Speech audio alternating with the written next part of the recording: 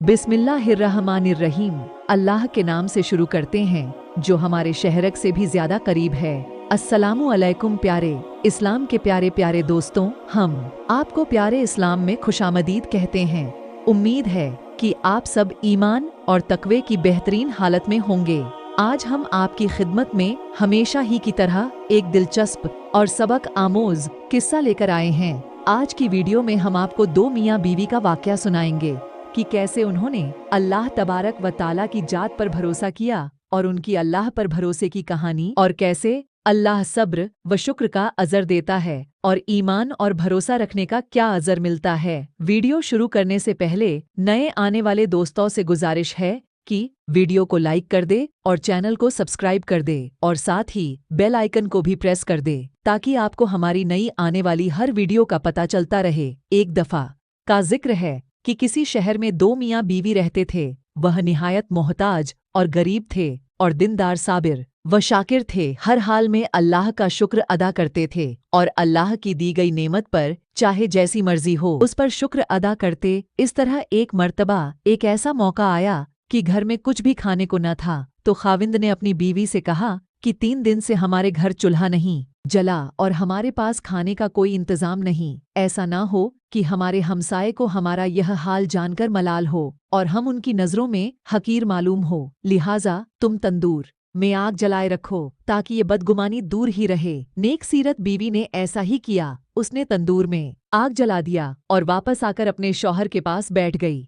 तंदूर से धुआं उड़ता देखकर पड़ोसन आग लेने आ गई और क्या देखती है कि सारा तंदूर रोटियां से भरा हुआ है। उसने उस नेक सीरत बीवी को आवाज दी कि अल्लाह की बंदी, तुम तंदूर में रोटियां लगाकर ऐसी बेखबर हो गईं कि खबर तक ना ली। यह सुनकर उस औरत ने घर जाकर तंदूर देखा तो वाकयातन खुदा की कुदरत का अजीब तमाशा और करिश्मा नजर आया कि तंदूर में रोटियां भरी हुई हैं और तंदूर रोटियों से लबरेज था। उसने उसमें से रोटियां निकालकर शौहर के सामने लाकर रखा और वह खुद हैरत में डूबी हुई थी कि ये क्या माजरा हो गया। उसके शौहर ने कहा, इसमें हैरत और ताज्जुब की क्या बात है? अल्लाह की जात तो इससे ज्यादा हजारों कुदरत रखती है। फिर दोनों मियाँ बीवी ने खूब पेट भरकर और शिकम शेर होकर खाना खाया और खाना खाने के बाद अपने अल्लाह का शुक्र अदा किया जिसने इस खाने से नवाजा। उस औरत ने सोचा कि मेरा शौहर इतना ईमानदार है और अल्लाह के जात पर इतना भरोसा रखता है, ये सब कुछ उसकी कुव्वते ईमानी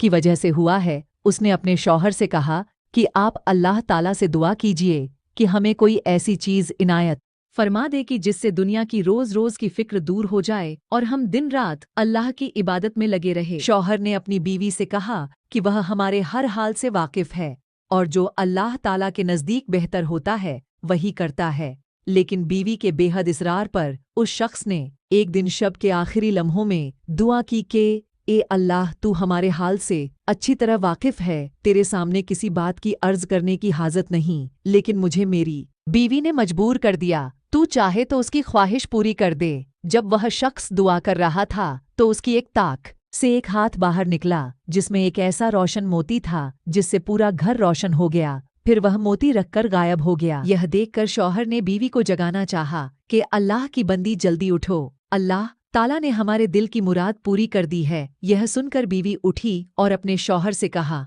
कि तुमने मुझे क्यों उठाया? मैं तो एक लतीफ ख्वाब देख रही थी कि जन्नत हर तरह से सजी हुई है और इसमें एक उम्दा मकान जो हीरे जवाहरात से बना हुआ है और इस कदर हसीन और रोशन है कि आफताब भी इसकी रोशनी देखकर शर्माता है। मैं उसको देखकर खोई हुई थी कि कब होश आने पर मैंने पूछा, यह आलीशान घर किसको मिलेगा? तो जवाब आया कि यह तुम दोनों मियाँ बीवी के लिए है। यह सुनकर मेरी खुशी की कोई इंतहा न रही। फिर मैं क्या देखती हूँ कि एक रोशन मोती इस मकान से गुम हो गया और मकान बदनुमा हो गया। मैंने पूछा, यह क्या हुआ? जवाब मिला कि यह रोशन मोती जिससे तुम्हारा मकान रोशन था, वह मोती तुम्हारी ख्वाहिशों के मुताबिक दुनिया में चला गया। जिस कदर तुम दुनिया में राहत व आराम चाहोगी, इस कदर यहाँ के रस्तों में कमी होती जाएगी। यह सुनकर मैं बदहवास हो गई और दुनिया की लज्जतों और आराम से बेनियाज मैं इस कश्मकश में थी कि तुमने मुझे जगा दिया।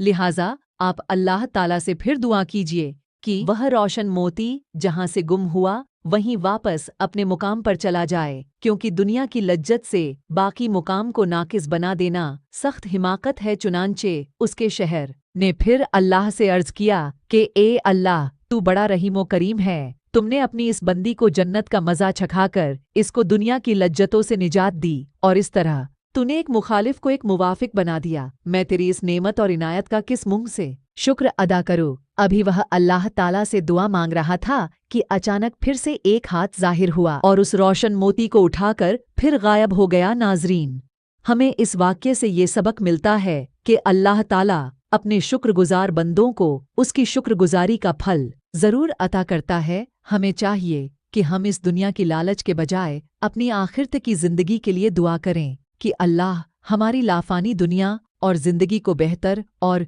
रोशन करें। यह दुनिया एक धोखा है और आखिरत की जिंदगी ही हमेशा कायम रहने वाली है। इसलिए अल्लाह से दुआ कीजिए कि वह हमें साबित कदम रखे और हमें तौफीक दे कि हम दुनिया में रहकर अपनी आखिरत की जिंदगी को बेहतर बना सके और इस दुनिया में अपने ईमान पर मजबूत रहे और अल्लाह के जात पर पूरा भरोसा और ईमान रखें और सब्र व शुक्र करें। उम्मीद है कि आपको हमारी आज की वीडियो पसंद आई होगी, जिसमें सब्र, शुक्र और अल्लाह पर भरोसे का एक सबक दिया गया है। अल्लाह हम सबको ईमान पर कायम रखें और हमें सब्र शुक्र की तौफीक दे और इस दुनिया में रहते हुए अपनी आखिरत की जिंदगी को बेहतर बनाने की तौफीक दे। वीडियो अच्छी लगी हो तो लाइक करके शेयर कर दें, क्योंकि अच्छी बात आगे पहुंचाना सदका होता है। इससे आपकी भी इस्लाह होगी और दूसरों की भी। और कोई अच्छा सा कमेंट कर दे, इससे हमारी भी हौसला अफजाई होती है। और नए आने वाले दोस्तों से दरखास्त है